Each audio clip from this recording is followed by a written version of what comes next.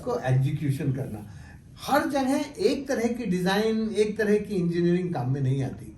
जितनी तरह की डाइवर्सिटी हमारी एग्रो हाइड्रो इकोलॉजिकल क्लाइमेटिक में जोन में है, उतनी ही हमारी उस डिजाइन में होती है। जी जी जी जी जी जी, क्या बात। तो दूसरा जो पीएचडी थी हमारी, वो थी नेचुरल इंजीनियरिंग की, और उस इंजीनियरिंग में संवेदना थी और संचेतना थी, बस सिंपल।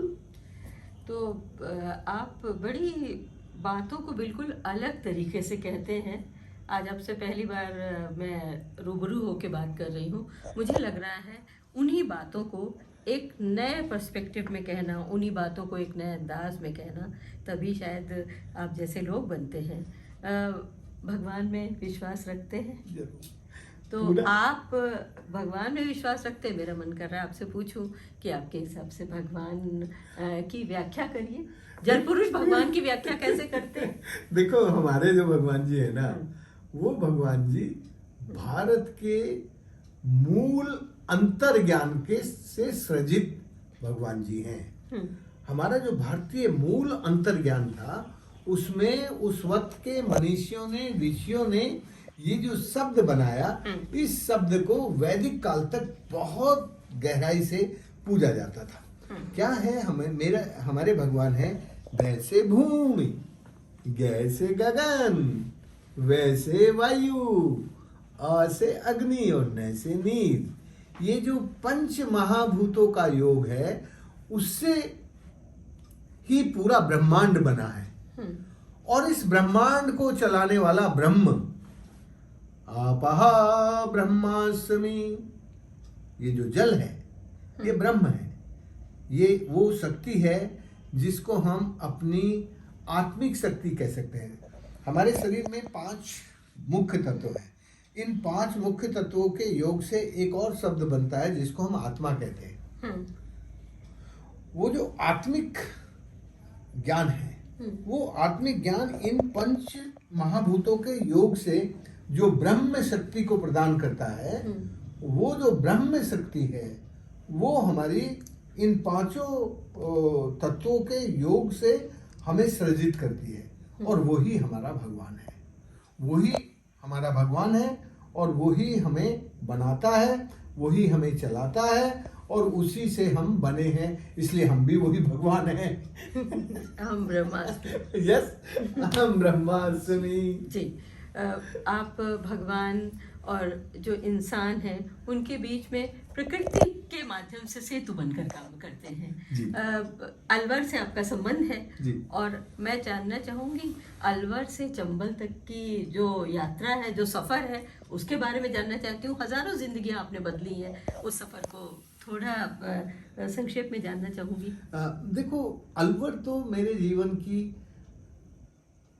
तरुणाई का काल है, जब मैं तरुण था, और एक तरुणाई की सीख की जो क्रांति थी, उसका सृजन अलवर में हुआ।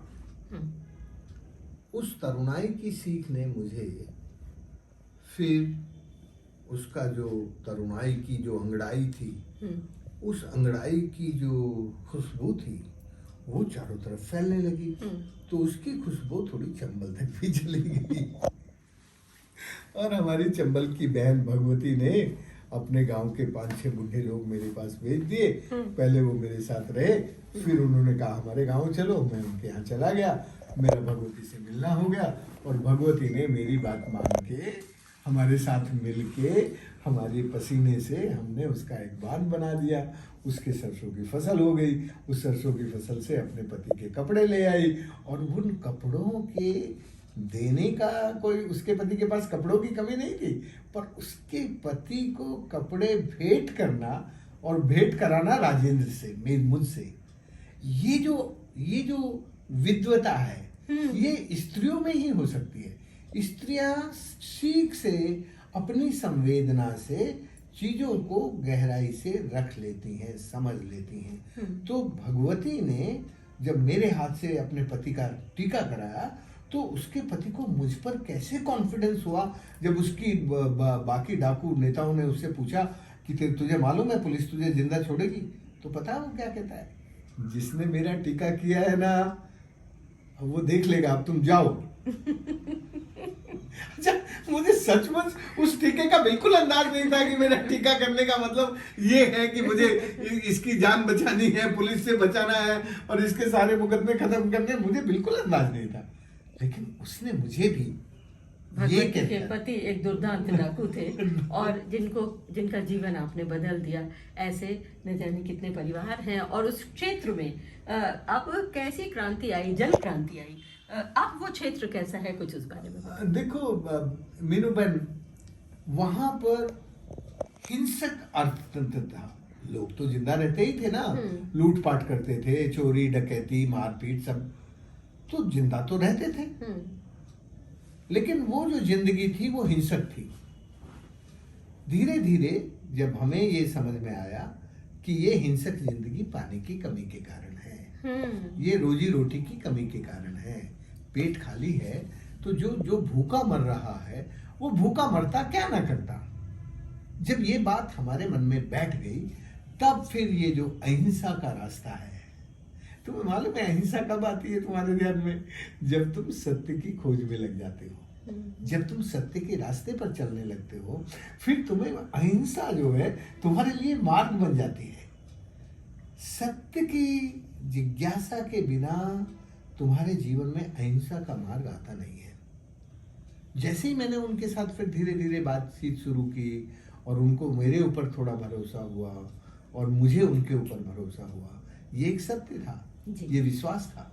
और इस विश्वास ने फिर उनका जो सारा जीवन था वो बंदूक छोड़ के पानी का काम करने में लगा दिया।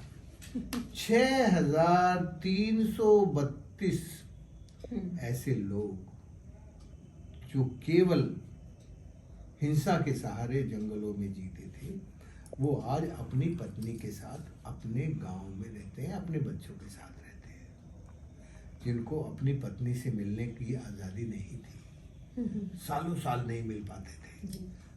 आप समझ सकती हैं एक बहन का कष्ट कितना होता होगा।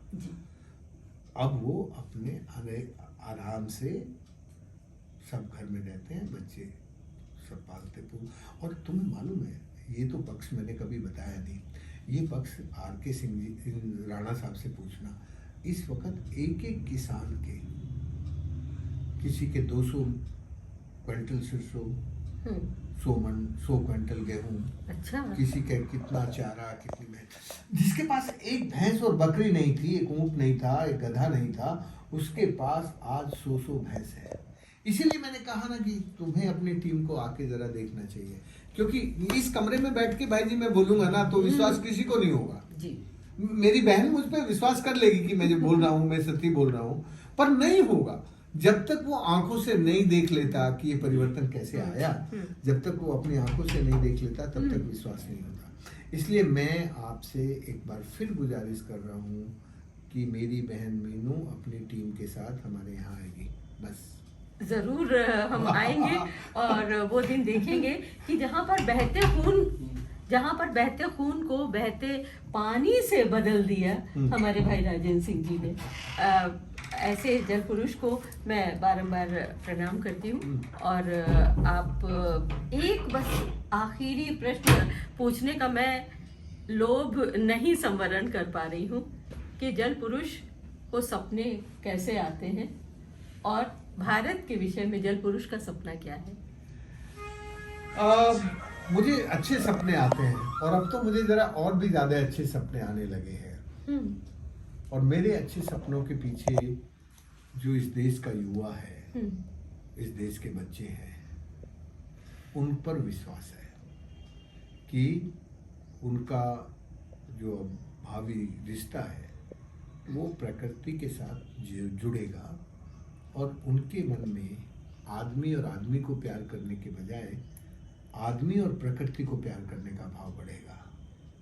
अभी तक वो एक आदमी दूसरे आदमी से प्यार करता है केवल, अब वो आदमी आदमी को प्यार तो करेगा, उसके बिना गाड़ी नहीं चलेगी, पर वो आदमी अब आदमी और प्रकृति दोनों को साथ साथ प्यार करेगा। जिस दिन इंसान के मन में आदमी और प्रकृति के प्यार की बराबरी आ जाएगी, उस दिन हमारी आंखों में हमारी आंखों का पानी लौट आएगा और हमारी प्यासी नदी शुद्ध सदा नीरा होकर बहेगी। वाह। तो हमें अपनी नदियों को, प्यासी नदियों को शुद्ध सदा नीरा होके बहाना है। तो फिर हमें इंसान और प्रकृति के साथ बराबर प्यार करना है। चलिए, मैं सोचती हूँ आपका सपना पूरा हो, ऐसी कामना करती हूँ कि इंसान और प्रकृति के बीच जो शाश्वत प्रेम है वो सदा बना रहे, हमारी नदियाँ प्यासी ना हो, वो सदा नीरा बनी रहे। आप राजेंद्र भाई, आपने हमसे बात की, लखनऊ वासियों के बीच आप आए, आपने इतना सुंदर इंटरेक्शन हमारे युवाओं के साथ किया, मुझसे बात की, आपका बहुत बहुत आभार। Thank you so much. Meenu बहन आपको खूब बधाई इस बात के लिए कि आज तुमने संस्कृति और प्रकृति के बीच रिश्ता जोड़ने की एंट्री पॉइंट बनाया। ये जो एंट्री पॉइंट है ना भाई जी, ये थोड़ा मीनिंगफुल है और इसको हम और गहरा कर सकते हैं इस रिश्ते को। और हमें इस तरफ ध्यान देना चाहिए कि प्रकृति और संस्कृति के योग को बनाने वाला पानी है। प्रकृति और संस्कृति के योग की गहराई को लाने वाला पानी है। बस इस पर हम यदि आगे बिल्ड करेंगे तो ये जो हमारी बहन जी कुलगुरु हैं यहाँ की, इस यूनिवर्सिटी की, उनमें वो गहनता है, गहराई है, वो थोड़ी इन चीज़ों को समझ के और ज़्यादा आगे तक हमारे साथ चल सकती हैं। उनमें बहुत संभावना है साथ चलने की। हम साथ चलेंगे, आपके नेतृत्व में चलेंगे, प्रकृति से प्रेम करेंगे, ये संकल्प लेती हूँ। बहुत बहुत धन्यवाद। Thank you so much. Thank you.